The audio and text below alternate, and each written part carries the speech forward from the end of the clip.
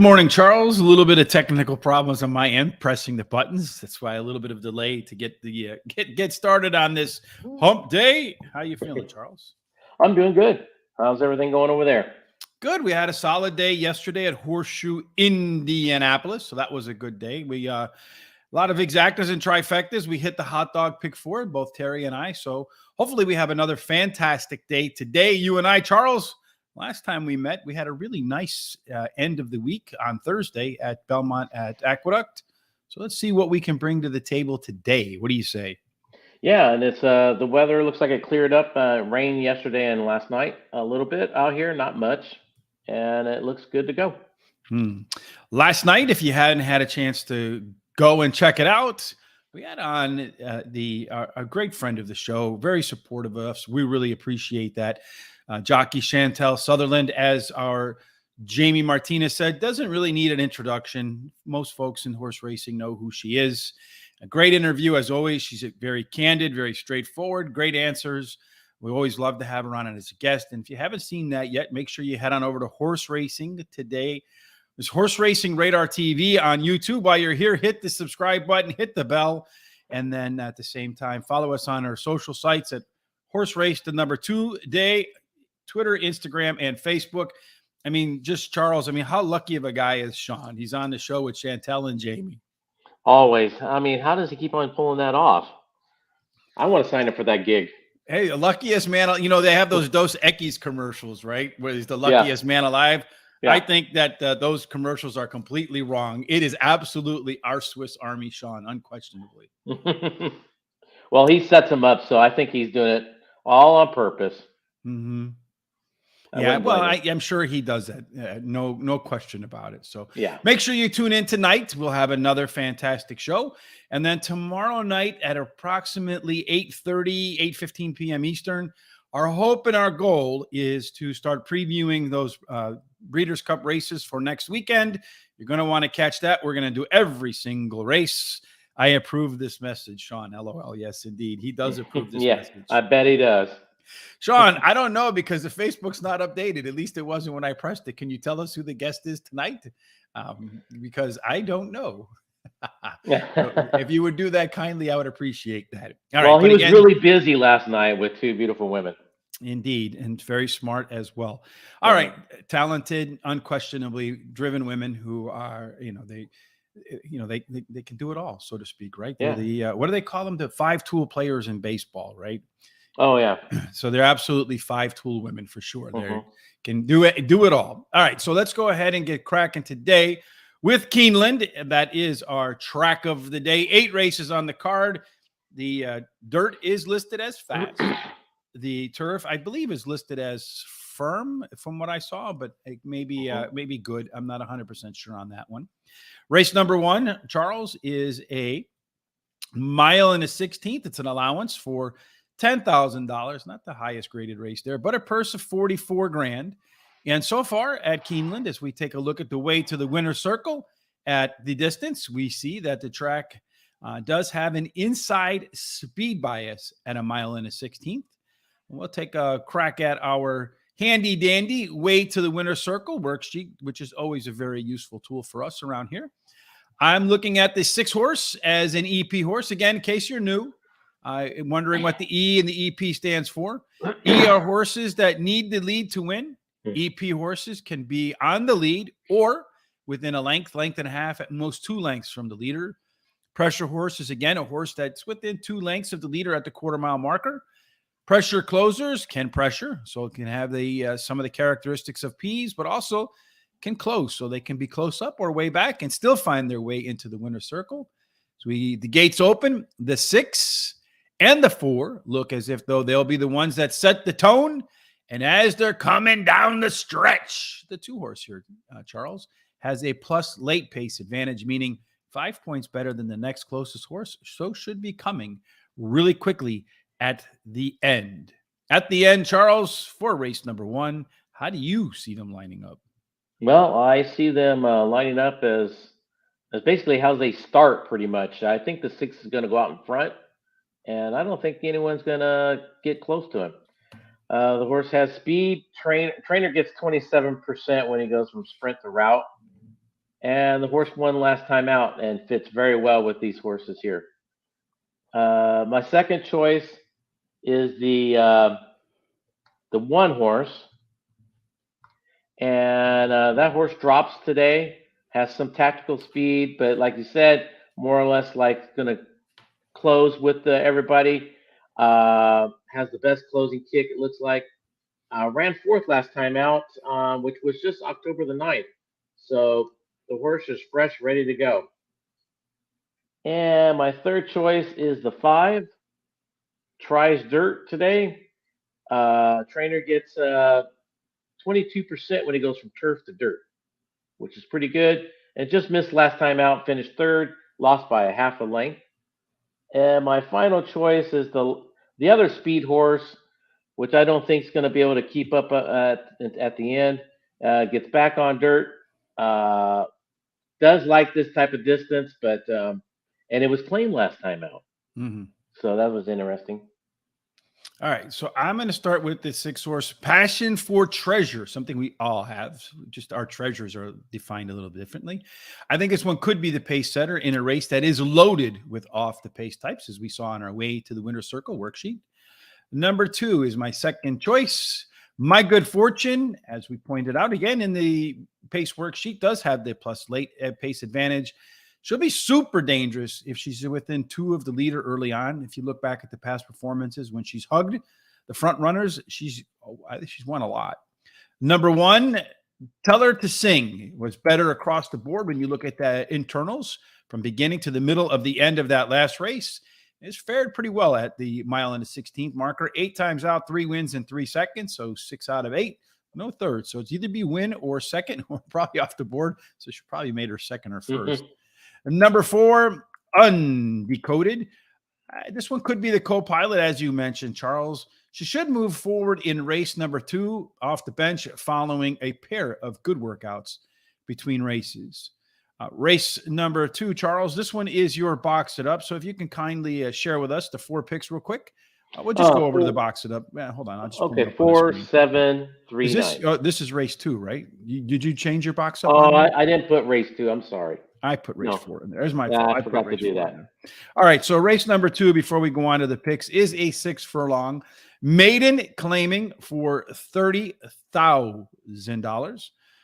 6 furlongs at the Keeneland track in this fall meet. There has been absolutely a speed bias. If we look again at our way to the winners worksheet, we find a couple first-time starters in here, the 1, the 2, and the 9. We see some arrows and all sorts of hieroglyphics in this maiden race. Down arrows, up arrows. No flat arrows, though. They indicate horses that are moving up and down in the maiden ranks. Again, to me, one of the most important things we see here, as far as the pace is concerned, the 7-horse, one that should be on the lead, dropping in class and has a plus advantage at 2 and 4 furlongs. So again, it could be as much as a half a length ahead of everybody else through the first half mile of the race. Charles, why did you pick this maiden claiming one to be your box it up? Well, I do believe it's going to be some prices out there. I don't think you're going to have a solid favorite. I think the 4 is my first choice. This horse has a little bit tactical speed, cuts back in distance, has enough speed to keep up with the 7, and maybe just sit right off the side of him and try to take over at the end. The 7 drops in class, just like the 4, has the speed, probably the speed of the speed. Trainer gets 27% from going from straight maiden to maiden claiming. And then my third choice is the 3. Horse finished second last time out. Cox, he moves this horse up, which is kind of an unusual move for him, especially when the horse doesn't really win. But I have to believe in that move. I think he sees something in him. Horse has some tactical speed. And my final pick is the 9 horse. Don't know how this one's really going to run, if it's going to be up front or come from behind. But the breeding suits sprinting really well. The Dam has 1 winner out of 2 starters. And that's my picks. All right. So that's number 4, 7, 3, and 9 in the box it up for Charles. For me in race number 2, I'm going to start off with number 7. This is my long shot of the day. Bonanza grade. This one's moving from the maiden special weight to maiden claiming dropper. Our friend Tom Carley says it's the biggest drop in horse racing. Does have that early pace advantage and only has one race under its belt. So it has a lot of potential upside. Number 4 is my second choice, your first choice, Moon Magic Chrissy. I wanted to put this one first, but had some regression in that last race. I'm worried that maybe it peaked 2 races back. It's also a horse that seems to find trouble in every single race. So clean up the trouble, bounce back, stay out of trouble, clean race probably is the one to beat. Number 3, Lily's Creed, did run the top last race speed figure as the betting favorite in its last. Trainer Brad Cox does rebound at 31% the next time around the track, which is an alpha angle for that great trainer because it normally wins at about 19%. Just a little concerned that the horse is moving up in class, however. And then finally, number 9, Beer Can Lady. So looks like Charles was in my computer once again. Yeah. Of the first-time starters, I felt like the workouts were the best of the first-time starters. Is that why you put the 9 there as well? Well, that and like I said, it's solid works, and the breeding says that it should like sprinting. Race 3 in this Keeneland card for this Wednesday afternoon, hump day. This one is a maiden claiming $75,000 for 6 furlongs. Again, 6 furlongs. There is an absolute outside speed bias. So the horses on the outside tend to get an advantage over some of the rest. Our way to the winner's circle worksheet, we see that the one that was dropping in class, is no longer in this race, scratched out. Got a ton of first-time starters over here with the 3, the 4, and the 8, so almost half the field making their debuts. 6 horse is the first instance of a left arrow horse today, but it's also one that's moving up in class, so maybe mitigating some of that left arrow advantage. All but the non-first starters have pretty similar late pace numbers, so I think this race is going to be won early, and whichever horses get to the front are probably, in my view, where you're likely to find your winner when they hit the wire. Rank them for us, Charles. Yeah, I did have a little bit of a difficult time with this race also. I almost made this my box it up race too. But my first choice is going to be the 5 in here. Ran second last time out, has some time at tactical speed, but cuts back in distance today. So it's just saying that horse right now on paper. But like you said, there's plenty of first time starters. The 2 horse is my second pick. Maker reclaimed her, so that tells me something about her. That he likes her. He thinks she's got some kind of talent, and the horse has shown some tactical speed with herself also. And then the third choice is the 6. Like you said, probably the speed. Ran well first time out, finished 4th. Adds blinkers today, so now are they asking for more speed, or what are they asking her to concentrate what she's doing? I do not know. I would assume concentrate because she's shown decent enough speed last time out. And then the 4 horse is my final choice. Solid works here. Hot jockey trainer combo in the last 14 days. And the dam has 3 winners from 5 starters. Well, will you stop? I start with the 4 horse. It's the first time starter, Adeline Julia, and I do like those workouts. It's some very strong workouts. I think you're going to see if you look at the workouts, was 1 horse away from a bullet and go. I think it was second fastest to 44 if memory serves. Mm-hmm. Number 2 is my second choice, Argumental. 3 consecutive speed figure increases. And this horse is making some good workouts as well for the first start since late March. So we'll see if it can continue on that upward speed figure trend.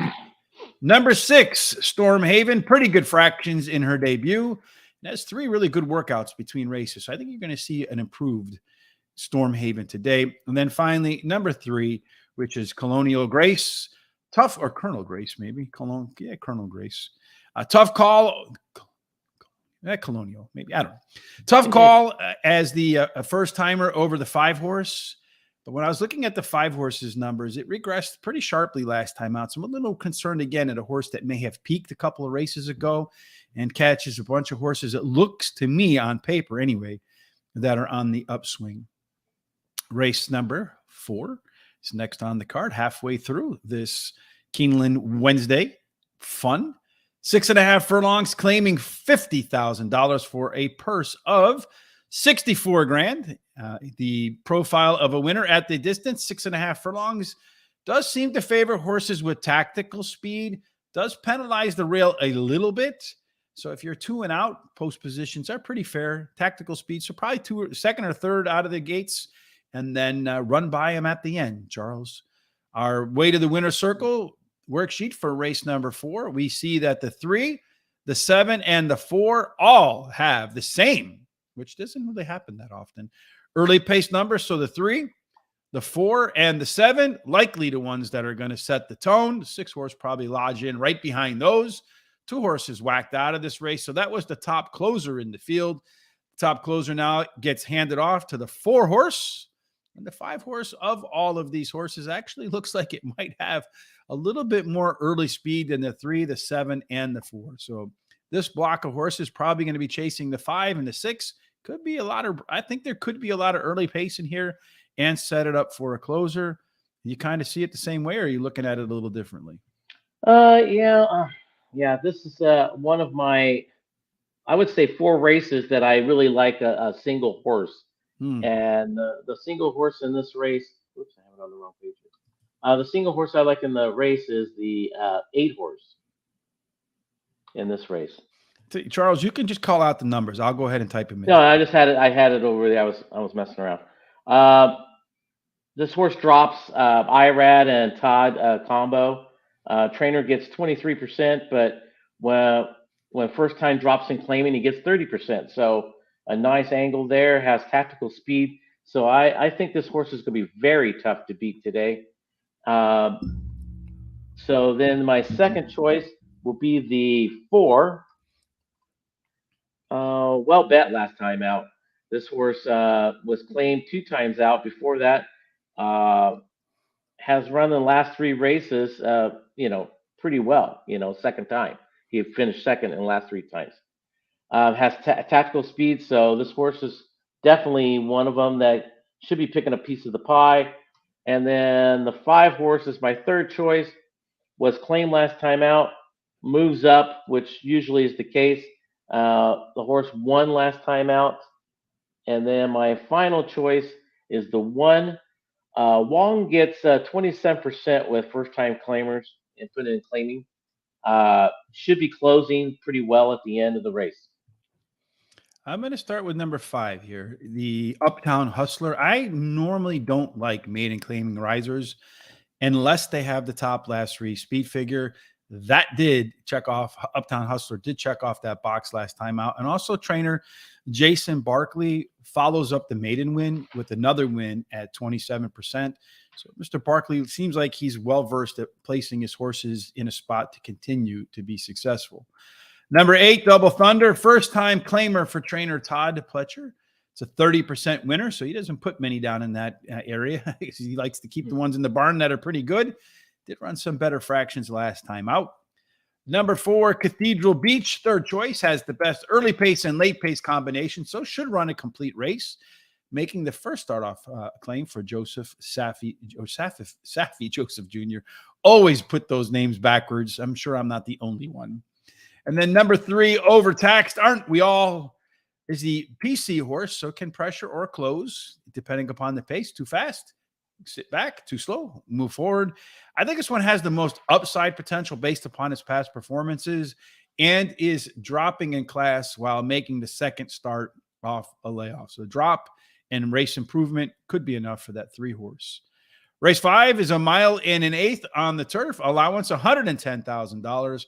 for a purse of $110,000. This is a pretty good race right in here. At 1 1/16 on 1 1/8 on a turf, excuse me. There's only been 1 race so far, so we don't really have any sort of profile of a winner. But what we do have is our way to the winner circle worksheet. And here we see an interesting race, Charles, because there is not a horse in the field that's proven to be one that wants to be on the lead or maybe co-pilot, if not piloting. The 6-horse half scratch. So almost, what do you got about 1, 2, 3, 4, 5, 6 of the 11 horses, 6 of the 10 horses are closers. That leaves these horses up in here as the ones that get to run up front. The 2 and the 8 have the most early pace. If this pair can get out, we had a race just like this yesterday at Horseshoe Indianapolis, and the 2 horses that got squared off got out to the front, stayed out in the front, and actually closed out pretty strong. So I wouldn't be surprised to see a repeat performance of what we saw yesterday with a race shape like this. If a closer is going to take it home, it looks to me like the 3-horse has the most late pace. This also wraps up the early pick 5, Charles. So what 4 horses are you going to put here? Okay, well, this was another race that I really like the horse a lot, which is the 2-horse today. I think he's got the tactical speed to do whatever he wants. Didn't like Kentucky Downs last time out, which Not unusual. 50-50, yeah. So he definitely looks tough here. The only horse I think even has a shot of beating him is the 11. The horse has pretty much the same type of tactical speed. Should be sitting with this horse. Has some solid works right behind it too. My third choice is the 4. The 4 drops in. This is, I believe, is probably going to be your final closer. Drops into this race. Irad and Sharp, together as a combo. That's not a bad combo. And then my final choice, which is the 8, drops in here. Tactical / closing, has some good stuff there. James Graham is a hot jockey in the last 14 days, and he's a really good jockey. And he's kind of always under the radar a lot because he always rides with the Irads and all those type of riders. So he kind of gets swept underneath the rug sometimes. It's a little bit overlooked, huh? So we Yeah, won't make that mistake today. He's a really good rider. So those are my picks, but like I said, I really like the 2 in this race a lot. I got the 4-horse Winworthy as my top choice in here. This one tends to run very well off the bench. And Keeneland, much like, I don't know, there's a couple tracks. Those Kentucky tracks seem to be tricky for some horses. Some horses either respond to Keeneland, some don't. Some respond to Churchill, some don't. Some respond to Kentucky Downs, some don't. Maybe the only ones that are normal are Turf. Even Turfway Park with that all-weather track, some horses take to it or not. So those Kentucky tracks are a little tricky. Some horses like Keeneland, some don't. Winworthy apparently does, with a win and a second in 2 tries at the track. Your top choice, Running B, has the top early pace, late pace combination in the field and is one that I expect will be close to the front from beginning to end. Number 3, Policy Option, has the top late pace in this field. I think because there is a lack of speed in this race, you'll see Policy Option move closer to the front than usual and then capitalize on those late legs at the end. And finally, number 11, Catnip, did run the top last race. Speed Figure is dropping down in class, and in between races has some very good works getting ready for this spot. The spot also ends our early pick 4. Jimmy Graham is a patient rider. Yes, 100% for sure. He's a really good rider. As you said, he just kind of, when you're racing in Kentucky, you got a lot of the top name jockeys there, and it's easy to be 3rd or 4th and still have a very good year, right? I mean, it's like batting behind Aaron Judge. Everybody else kind of gets overlooked. Yeah. So this one is our hot dog pick 4 for race number 2. Race number 5, I hate race number 5s like today because it's what I call the race of death. It is the leg in the series of races that connects the early pick 4 to the late pick 4. Charles putting all $20 to work. He said he really loves the 2, really loves the 8. But if you look at this, it seems to me, this 2, he loves the 8 a little bit more than he loves the 2 because he singled the 8 and didn't single the 2. Is that a hint, Charles? Yes, I like the 8 a little bit better. Yes, correct. All right. So I'm glad I can read that fastball. All right. I'm going to go 3 by 3 by 2 by 2. Quite honestly, I wanted a single one in this series and go a little bit deeper in the top 2 races. But quite honestly, I couldn't single one in race 4 or race number 5. So I just went too deep in both. and then 3 on the top. I'm hoping to make it into races 3 and number 4. I do think it's a very competitive card at the very top of the ticket. I almost wanted to prime rib that one, but I let Charles and I let Terry dictate which ones are the prime ribs and which ones are the hot dogs, and then I try to play along. Terry and I both hit the hot dog yesterday. $18 turned into 56. So let's see if we can have the same sort of luck today, Charles, or maybe skill. Let's go with skill, right? Yeah, let's go with that. Race 6 is going to be your best bet. So, Barry, this one is your $50 winning bet. Is that accurate to say, Charles? That's definitely accurate. But like I said, if he does it on the 8 or the 2 in the race 4 and 5, he could do just as well, I think. Spending other people's money. Way to go, Charles. Hey, yeah. What can I say? All right. Race 6 is a 6 furlong optional claiming $80,000 race for a purse of 120 grand. So we've talked about the profile of a winner for 6 furlongs so far. Speed wins, but outside speed fares the best. On our pace worksheet, let's take a look at what we got here. This is going to be, I think, a race where there's a lot of early speed in here. Even though I have some of these horses listed as E-types and P-types, the 8, the 6, the 2, the 4, the 5, the 7. So the 8, the 6, the 2, the 4, the 5, the 7, all of them have some pretty similar early pace numbers. They're going to really be duking it out when that gate opens up. It's going to be interesting to see what happens in that, what comes of that. Looking at the late pace of those, the 4 horse actually carries the most late pace. So he'll be the most late legs if all those other guys get a little bit wobbly at the end. The 3 horse, these horses always fascinate me. These lone PC horses has the second best late pace, but when you add the early pace and late pace combination, the 3 horse has the most. So it might be sitting in a very pretty spot as some of those early legs get a little bit wobbly down the end. Charles, how are you going to play this race? Well, like I said, this is my best bet. I think he's the speed of the speed. He could do whatever he wants on this aspect. The 2, which did not pop up on the screen, has speed. Which number was that one? The 2. The 2. Okay, that's just because for whatever reason it doesn't put it doesn't put the black type in there. It makes it white. Sorry. So he ran second last time out. Well bet the last 2 times. So like you said, there's a lot of speed in this race. I do believe he's the speed of the speed. Another speed horse is the 7. This is my second pick. Trainer gets 20% off the second time after a layoff. So the horse usually doesn't fire the first time after a layoff. It's usually the second time it starts firing. So that horse could be a little dangerous. The 8 has the tactical speed. Well bet last time. Solid works on this horse also. And then I finally think the 3 will be closing enough to pick up for some of the exotic bets. The trainer gets 22% going from turf to dirt. Hit the board the last 3 times he's ran. So the horse is very game and cuts back in distance today. So the 2 horse, your top pick, Bomb Diggity. Interesting name for sure. Has been the betting favorite in 3 of its races. Won 2 of them. Finished second in the other. The 2 wins were both wire to wire. So you're going to look for that 2 horse to jump out to the lead. If it's the betting favorite, or close to it, you probably want to back that horse. The 2 races where it was not a betting favorite did not finish close. So I would say it looks like the people, the folks, the connections there must talk a lot about that horse because, like I said, 3 times it's the favorite, run first, 2 of them second in the other. The 2 times the horse didn't get bet down, it ran bad races. So really watch those odds. That's a tell, as they say in poker. 9-2 right now, by the way.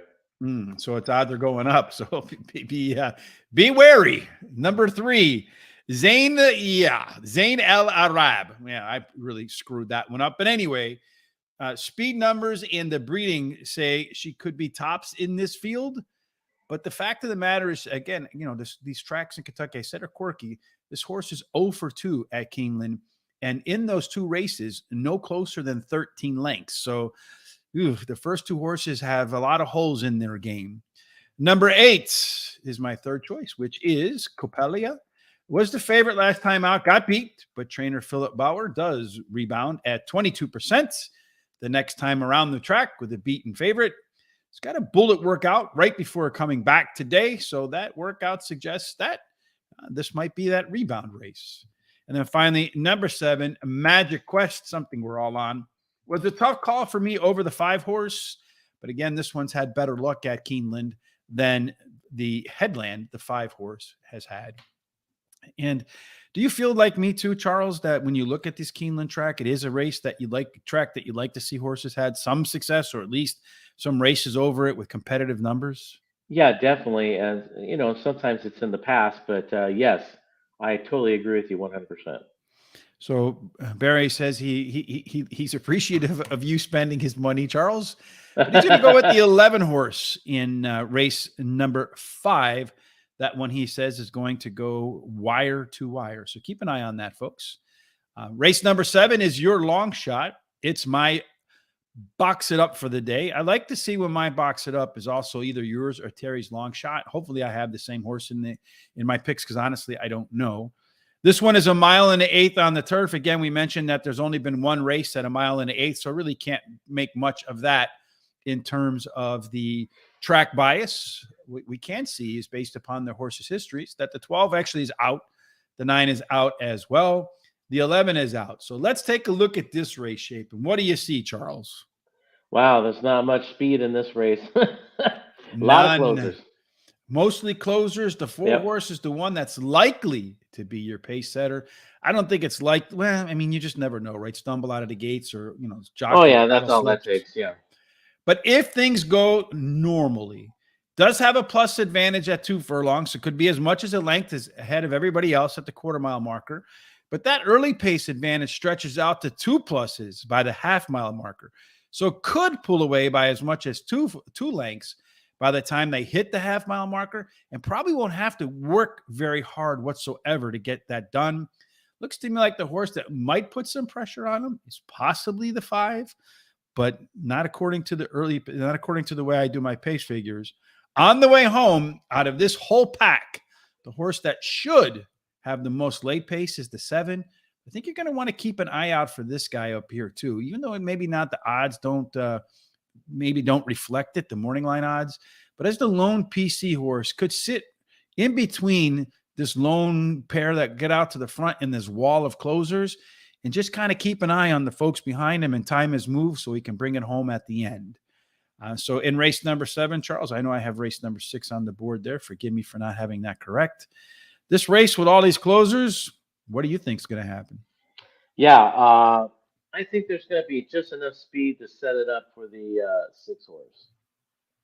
That's my long shot.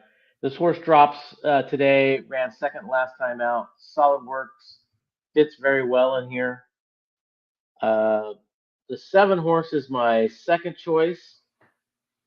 Irad and Todd Fletcher, great combo, like I've always said before. Should be closing, and another one that fits very well with these type of horses. The 3 is my third choice. Drops in this race, Rosario and Brown combo, tactical, some kind of tactical speed. Could go probably closer to the front. Didn't like Kentucky Downs last time out, so throw that race out. And then my final choice is the 4 horse, which is probably going to be your leader. Tactical speed here. Trainer gets 25% when shipping in. So, I mean, usually when they do that, that means they don't want to spend all the money unless they really think they have a great shot to ship into another place. All right. So race number 7 is your long shot. I'm glad to see that your long shot is also in my picks for my box it up. I like the 6 horse as you do. Verstappen does have the top last race speed figure and drops in class, which is a combination that I feel is very effective. It's worked a lot for me when doing my handicapping. The only time the horse ran at the distance, got the winner's check. Number 4, a Brazilian Air. It sounds like something that would be fun to be. As we mentioned in our pace worksheet, does look like the early part of the race should be all Brazilian Airs to his liking, and is the lone EP horse in this field. So I really feel like he's going to set the pace. And if those fractions are slow, I think it'll be really, really difficult to pass him at the end.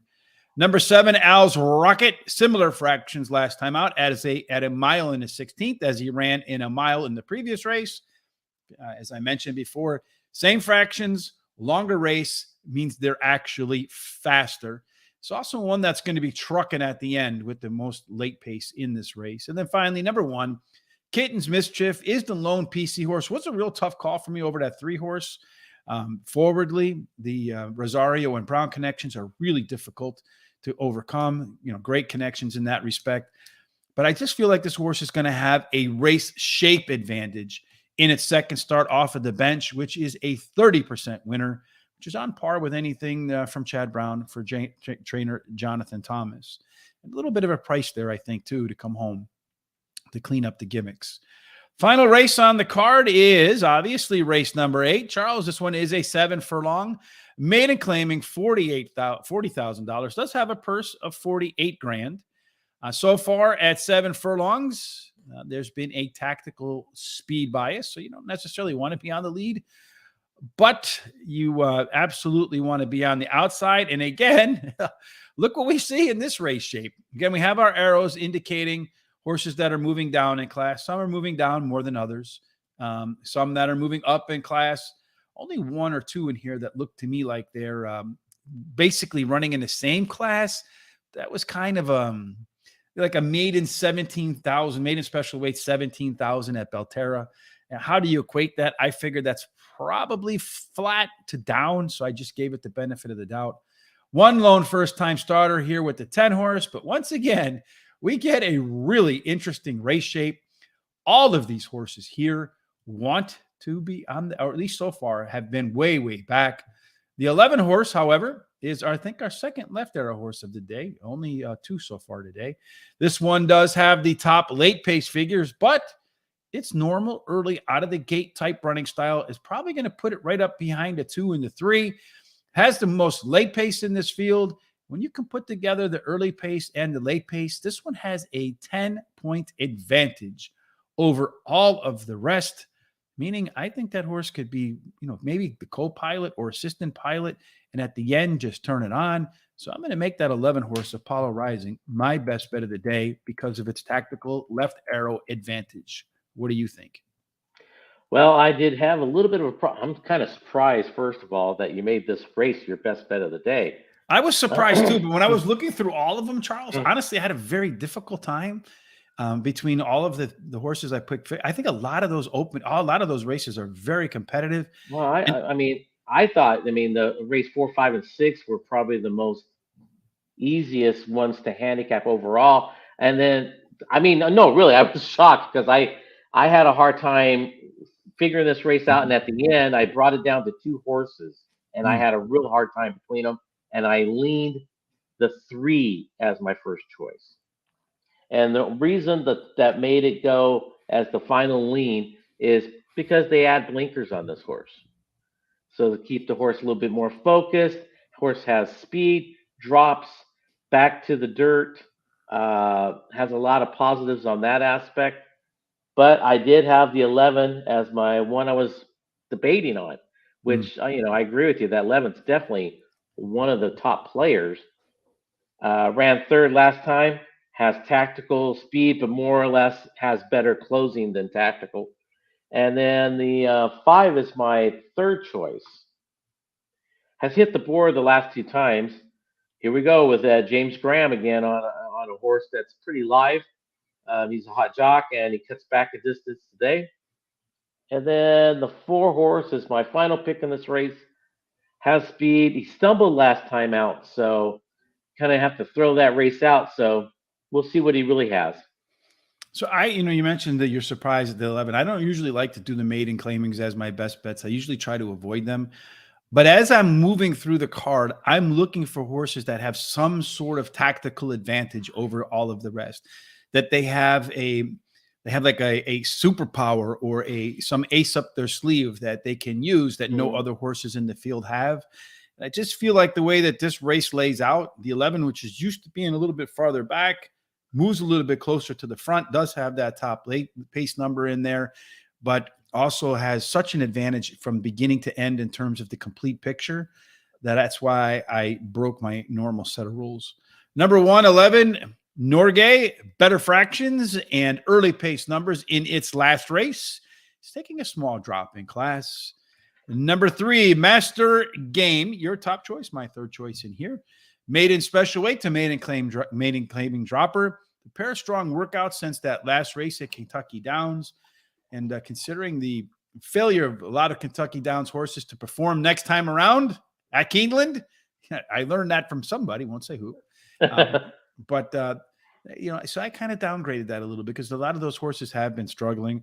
And then finally, the first time starter in here, number 10, Point of an Affair, is a first time starter. And quite frankly, after the top few horses, I don't really think, because there's a whole bunch of horses in here that really have not shown anything to date. So I don't really think the 10 horse has a whole lot to beat behind the 3 horses that I have ranked up top there. And maybe the 5 and the 4 are where the competition's going to come from, but they've kind of shown who they are already, and we don't know what the 11 is until that gate opens for the first time. That ends also the late pick 4 in here. Charles, this must be the 2 horse in here as well. Is that right? Yeah. Mm-hmm. Because the black didn't go in there. So you're going to go 2-4. You're going to go 2, 3 by 1 by all, and then as many as you possibly could fit in that race number 8. Is that right? Correct.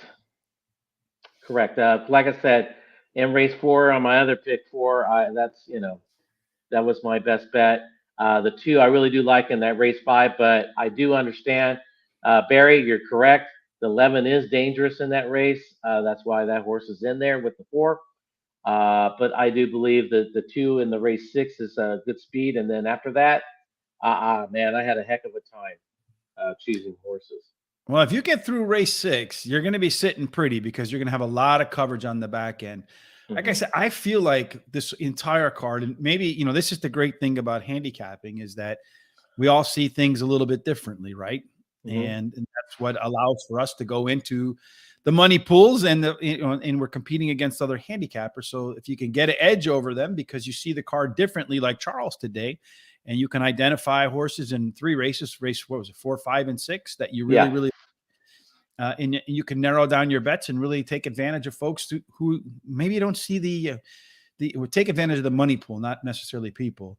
Take advantage of the money pool for folks like me who didn't see it. It was a little bit more cloudy for me today. Here are our total picks for the races today at Keeneland, 1 through 8. You'll see that our best bets are at the end. You can do actually a best bet, long shot, best bet, pick 3 to close it out. So Charles' best bet in race number 6, his long shot in race number 7, my long shot and my best bet in race number 8, my long shots in race number 2. When we box it up, Charles has race number 2 as his selection. I'm race number 7, 4 horses for the exacta box, trifecta box, superfecta box.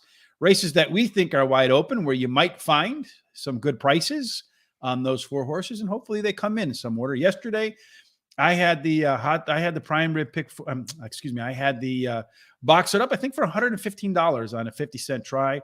Terry had the same horses. He just didn't box that one up. I wish he would have, because it would have been a beautiful double box. Absolutely, for sure. Oh, yeah. Hot dog pick 4s from races 2, 3, 4, and the race of death, race number 5. I don't have that 11 horse, Barry, so I'm hoping for the 4 too there. No offense. And then coming home down the stretch, our late pick 4s, starting off with the race of depth. In this case, I do have the 11. So if I miss out on the hot dog, as long as it picks it up on race number 5 for the beginning of if I go 11-11 to close it out and hit something in the middle, I'll be pretty happy about that, Charles. Yeah. I think it's overall the day is the biggest I should say the biggest favorite today that we have picked, I think, is race 1. So I should have remembered this. I did know this, and I don't believe I couldn't remember this, but jockey agent Paula Bacon will be our guest this evening with Sean and Jamie. She's very good friends with Jamie, so it should be a very interesting, lively conversation at 8:00 tonight. So make sure you tune in for that. The best way to make sure you don't miss anything that we do around here is to go ahead and click the subscribe button while you're on YouTube. Follow us on social media. Horse Race, the number 2 day, Horse Race Today. Make sure you check out the show with Paula Bacon tonight. I'm sure it's going to be a lot of fun. She's a heck of a handicapper as well. And then, of course, tomorrow night, as I mentioned, probably around 8:15 to 8:30, we'll get started as we will preview, I think, all of the Breeders' Cup races. That's the plan anyway. We'll see if the clock runs out on us or not. That should be a lot of fun. We're going to do each one individually. So there'll be 14 separate shows, all hopefully between 5 to 10 minutes long to preview every single race. That way you can just, instead of needing to rewind in the tape, you can just go to whatever race interests you and you can watch them one at a time. On Friday, Thomas and I, for Foreign Fridays, we will be previewing all of the international flavor at this next weekend's Breeders' Cup. So all of our Breeders' Cup stuff is really about to get kicking off. So make sure you tune in for all of that. And then finally, if you're going to bet at Delaware Park, I know our friends at Turkey, they're, one of their favorite tracks on Wednesdays is Delaware Park. It's sloppy there today, but it is our free track with our Turkish friends in mind in race number 1, the 1A, 6 o'clock. Sarah, it looks like a best bet. The best way to get the guaranteed tip sheet free picks of the day is to head down to the link within our description here. Click on that, take you on over to guaranteed tip sheet, and you can check out all of the Delaware Park picks and the full roster of picks for every major track that's running today with best bets, suggested wagers, and top 6 picks ranked from number 1 to number 6. All right, Charles, that wraps up us for today. Wire to wire. We're going to do Belmont Aqueduct for tomorrow. But before that, any final thoughts for today? Not much. I think everyone out there that's getting ready for Breeders' Cup, like you said, watch our shows. We're going to try to shine some light on horses that should be at least the favorites, maybe not the favorites, but our favorites to win the race. And start studying at Keeneland. Watch the races at Keeneland a lot because it's got a trend going right now. Mm-hmm. Well, my advice for today, my 3 points: have some positive vibes today, no matter what's going on. Try to keep it upbeat. There's a lot of research that when you're upbeat, you feel better. You smile and release it. Even if you fake it when you smile, it releases your endomorphines, makes you feel better for sure. The better you feel, the better you are. Also, be prepared, right? Because when I was growing up, they always tell us confidence breeds success, and success breeds confidence. And a lot of that comes from preparedness. So we're going to do our best to be prepared for the Breeders' Cup. Again, follow us on Facebook, Twitter, Instagram, Horse Race Today. Subscribe on YouTube so you can catch all of that wonderful content. Tomorrow, Charles and I'll be back to do Belmont at Aqueduct.